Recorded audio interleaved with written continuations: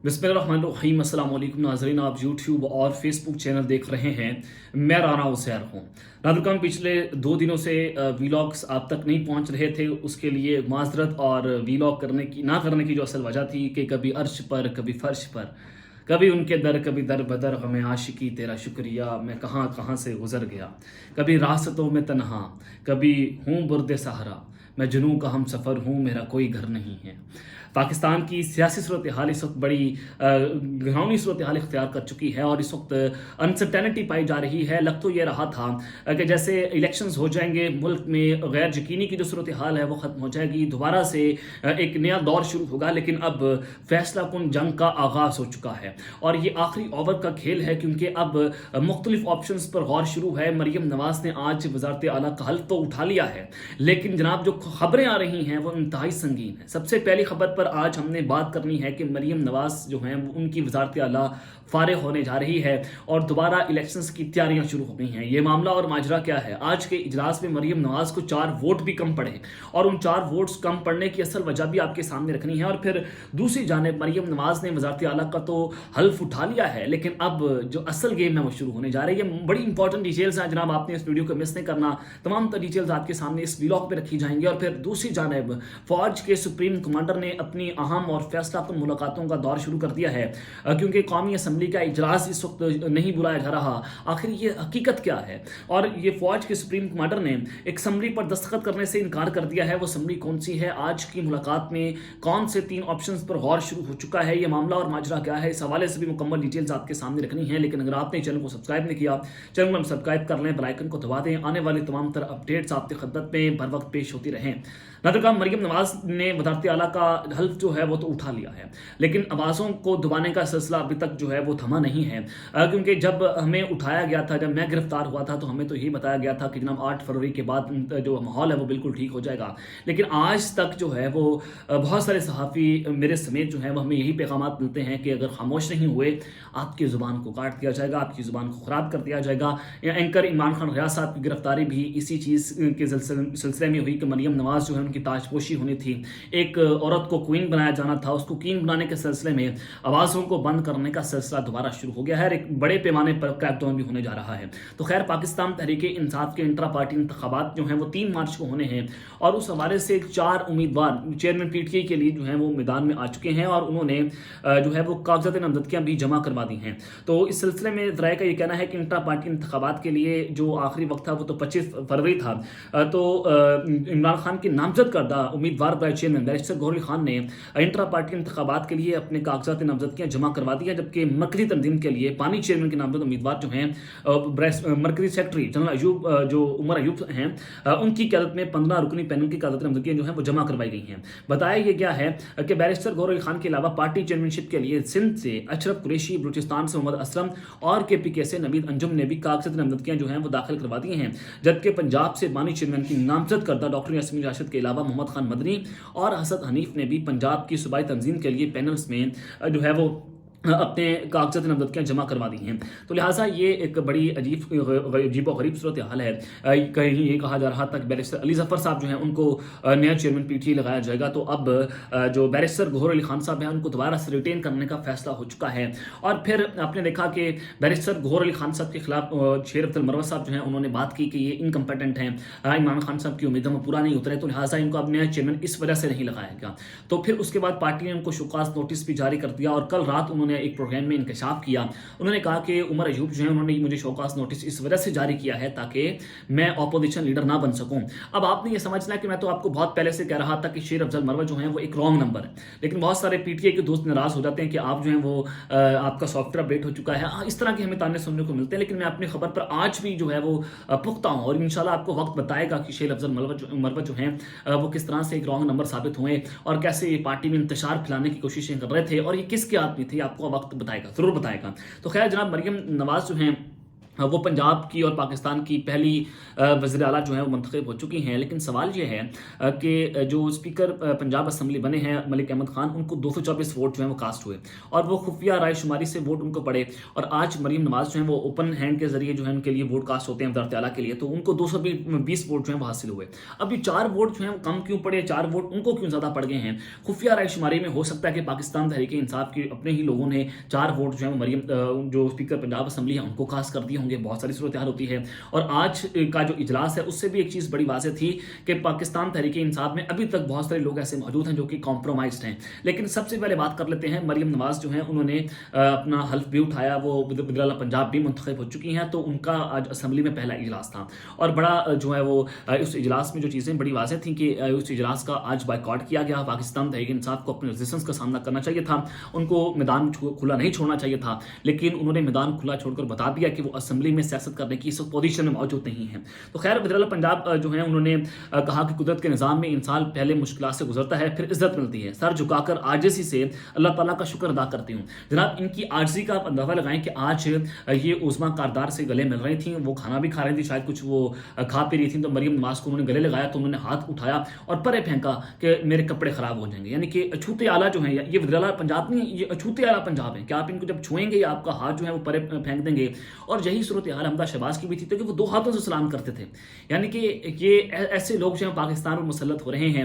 اور عمران خان صاحب کے بارے میں تو کہا جاتا تھا کہ وہ پلے بوائے ہے، وہ تجھے ہے، وہ کسی سے ہاتھ ملانا پسند نہیں کرتا، اور یہ لوگ جو ہیں وہ چھوتے اعلیٰ بن کر آج جو ہے وہ ہمارے اوپر مسلط ہونے کی کوششیں کر رہے ہیں۔ تو انہوں نے کہا کہ ہم سب سیاسی اور جمہوری کارکن ہیں، اس لیے اپوزیشن کے موجود نہ ہونے پر افسوس ہوا، میں ان سب کی وزیر اعلیٰ بہن بیٹی ہوں جنہوں نے مجھے ووٹ دیا۔ جناب آپ ایک سیٹ چوری کر کے جو ہے وہ وزیر اعلیٰ پنجاب بنی ہیں، آپ اپنا الیکشن ہار گئی تھیں، آپ کیسے ماں بہن بیٹی بن سکتی ہیں؟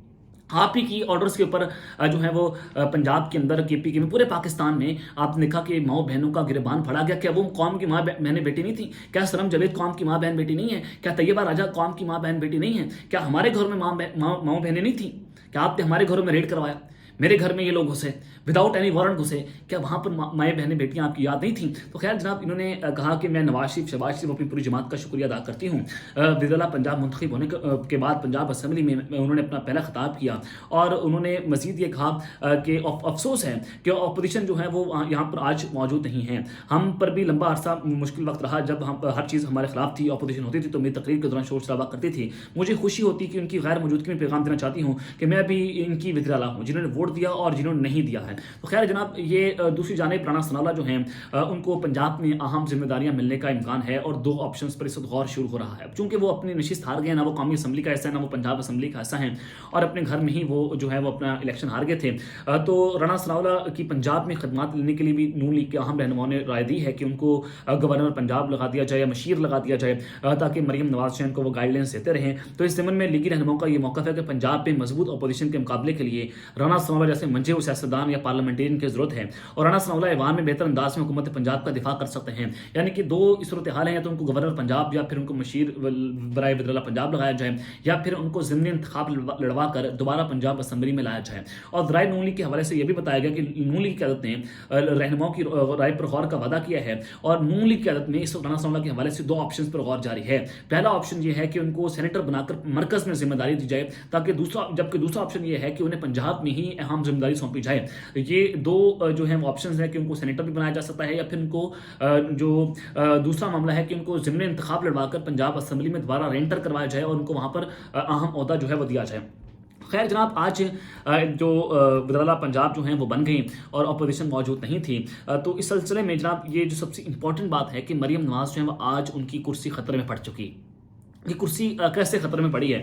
جناب آج سنی اتحاد کونسل جو ہیں ان کے جو منتخب یا ان کے جو منتخب کردہ امیدوار تھے وزیر اعلیٰ کے لیے رانا آفتاب، آج وہ اسمبلی کے اندر موجود نہیں تھے اور پاکستان تحریک انصاف کے لوگوں کو آنے بھی نہیں دیا جا رہا تھا۔ ان کی اصل وجہ یہ تھی کہ آج مریم نواز کو ریزسٹنس کا سامنا نہ کرنا پڑے، اور پھر اسی وجہ سے جو ہے وہ واک آؤٹ کرنے کے لیے انہوں نے اعلان کر دیا کہ ہم اس اجلاس کا حصہ نہیں بنیں گے۔ تو پنجاب کے وزیر اعلیٰ کے انتخاب کے لیے سنی اتحاد کونسل کے اراکین کے بغیر ہی ووٹنگ کا عمل جو ہے وہ شروع کیا گیا اور اجلاس سے انہوں نے واک آؤٹ کر دیا, जिसके बाद स्पीकर ने वज़ीर-ए-आला के इंतखाब के लिए सुन्नी इत्तेहाद कौंसिल के रकीन के बगैर ही वोटिंग शुरू करवा दी. स्पीकर पंजाब असम्बली ने मुज़ाकराती कमेटी को वापस बुलाकर ईवान के दरवाजे बंद करवा दिए और वज़ीर-ए-आला के इलेक्शन के लिए वोटिंग का अमल शुरू कर दिया गया. और दराए का ये कहना है कि जो सुन्नी इत्तेहाद कौंसिल के रकीन हैं वो ईवान में कुछ देर के लिए वापस आए और इस हवाले से मुज़ाकराती कमेटी रूठे हुए अरकान को मनाने में कामयाब रही, जिसने स्पीकर को रिपोर्ट पेश कर दी. क्योंकि पंजाब असम्बली के इजलास में स्पीकर ने सुन्नी इत्तेहाद कौंसिल को मनाने की जो है वो बात की थी, लेकिन अब उनके बगैर ये इजलास जो है बुलाया गया. तो उस वक्त के अंदर जनाब जो सबसे इंपॉर्टेंट बात है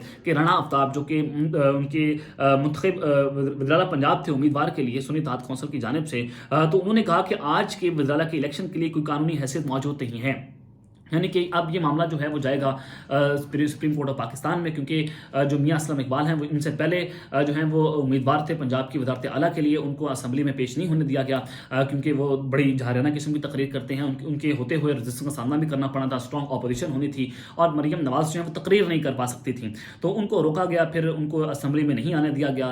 SP की ड्यूटी लगा दी गई पंजाब असम्बली के बाहर कि जब वो आएँ तो उनको गिरफ्तार कर लिया जाए. तो फिर उसके बाद उन्होंने कहा कि आज का दिन जो है वो जमहूरी अमल का दिन था, लेकिन ये सियाह तरीन दिन है. उन्होंने मीडिया से गुफ्तगू करते हुए भी कहा कि इस इंतखाब को अखलाकी और आईनी होना चाहिए था, जो कि नहीं हुआ क्योंकि स्पीकर ने इसको रोन दिया. आज मैं बात करना चाहता था कि हमने जमहूरी अमल से बाहर नहीं जाना था, मैंने पॉइंट ऑफ ऑर्डर पर बात करनी थी. मियां असलम इकबाल और हाफिज फरद को असम्बली में लाया जाए. स्पीकर को गुमान है कि उन्हें आइन पर दस्तरत है और अपनी जिंदगी में ऐसा नहीं देखा, तो इसी वजह से हाफिज फरद और जो है वो मियां असलम इकबाल साहब को असम्बली में नहीं आने दिया गया. अब ये मामला सुप्रीम कोर्ट ऑफ पाकिस्तान में जाएगा और फिर ये अब सूरत हाल की जानिब जाती है. तो यहाँ से लग रहा है कि मरियम नवाज जो है वो चंद दिनों के मेहमान है. और फिर दूसरी जानिब कौमी असम्बली का इजलास जो है वो आज बुलाया जाना था और वो इजलास अभी तक नहीं बुलाया गया. अब आखिर उसकी हकीकत क्या है, क्यों नहीं बुलाया गया? जनाब जो सदर पाकिस्तान है उन्होंने असम्बली पर दस्तखत करने होते हैं और जब तक वो असम्बली पर दस्तखत ना करें उन्होंने ही जो है वो इजलास को बुलाना होता है. तो खैर जब उनके पास समरी गई तो डॉक्टर आरिफ अलवी साहब ने कहा कि ईवान अभी मुकम्मल नहीं हुआ और एक जमात जो है उनको मखसूस नशिस्तों का फैसला भी होना बाकी है. जब तक ईवान मुकम्मल नहीं होता तो कौमी असम्बली में मखसूस नशिस्तें जो हैं वो तफसीस नहीं की जाती. इस वक्त कौमी असम्बली का इजलास नहीं बुलाया जाएगा. तमाम सियासी जमातों को मखसूस नशिस्तें मुख्तस की जाएँ और मुख्तस करके जो है वो हम इजलास बुला सकेंगे. डॉक्टर आरिफ अलवी की जानिब से असम्बली मंजूर होने या मुस्तरद होने का मौक़िफ़ सामने नहीं आया और उनकी जानिब से जो वज़ारत पार्लिमानी अमूर है उन्होंने जनाब कौमी असम्बली का इजलास बुलाने की समरी भेजी थी, लेकिन अभी तक ताहाल दस्तखत जो है वो नहीं किए गए और 4 दिन पहले ये जो है वो समरी को मूव किया गया था और अभी तक डॉक्टर आरिफ अलवी साहब ने इस पर कोई अपना जो है वो फैसला नहीं दिया. और आज उनकी ईवान सदर में एक अहम तरीन मुलाकात हुई है और उस मुलाकात थी वो उनकी अपनी लीगल विंग के साथ हुई, जो ईवान सदर की कानूनी टीम होती है उनके साथ हुई. उस पर उनको 3 ऑप्शंस दिए गए. अब अगर जो है वो डॉक्टर आरिफ अलवी जो है वो इजलास नहीं बुलाते तो स्पीकर कौमी असम्बली जो है वो इस इजलास को तलब कर लेंगे और जब ये इजलास तलब किया जाएगा डॉक्टर आरिफ अलवी साहब जो है उनका मौक़िफ़ भी सामने आ चुका है. तो फिर अगर वो इजलास बुलाया जाता तो फिर आइन की नई तशरीह होगी. ये मामला फिर सुप्रीम कोर्ट ऑफ पाकिस्तान में चला जाएगा कि क्या स्पीकर के पास ये इख्तियार मौजूद है कि डॉक्टर आरिफ अलवी या फिर किसी भी सदर के होते हुए वो ये इजलास तलब कर सकते हैं. फिर एक कानूनी पेचीदगियाँ जो है वो यहाँ पर पैदा हो सकती हैं. तो आज इलेक्शन कमीशन ऑफ पाकिस्तान का इजलास भी है, ये फैसला हो जाएगा कि तो सुन्नी इत्तेहाद कौंसिल को मखसूस नशिस्तें मिल रही हैं या नहीं मिलने. तो उसके ऊपर आज जो है वो आज अहम दिन है. तो डॉक्टर आरिफ अलवी जो है अगर जो ये मखसूस नशिस्तें मिल जाती हैं तो फिर डॉक्टर आरिफ अलवी जो है ईवान का इजलास बुला लेंगे और अगर सुन्नी इत्तेहाद कौंसिल को मखसूस नशिस्तें जो है वो नहीं दी गई तो डेफिनेटली स्पीकर जो है वो इजलास बुलाएंगे और डॉक्टर आरिफ अलवी साहब जो है वो इजलास नहीं बुला सकेंगे और फिर डेफिनेटली ये मामला है ये सुप्रीम कोर्ट ऑफ पाकिस्तान में चला जाएगा. तो अब तक के लेते हैं, अपना ख्याल रखिएगा और इस लाजमी ख्याल रखना लगे पाकिस्तान जिंदाबाद.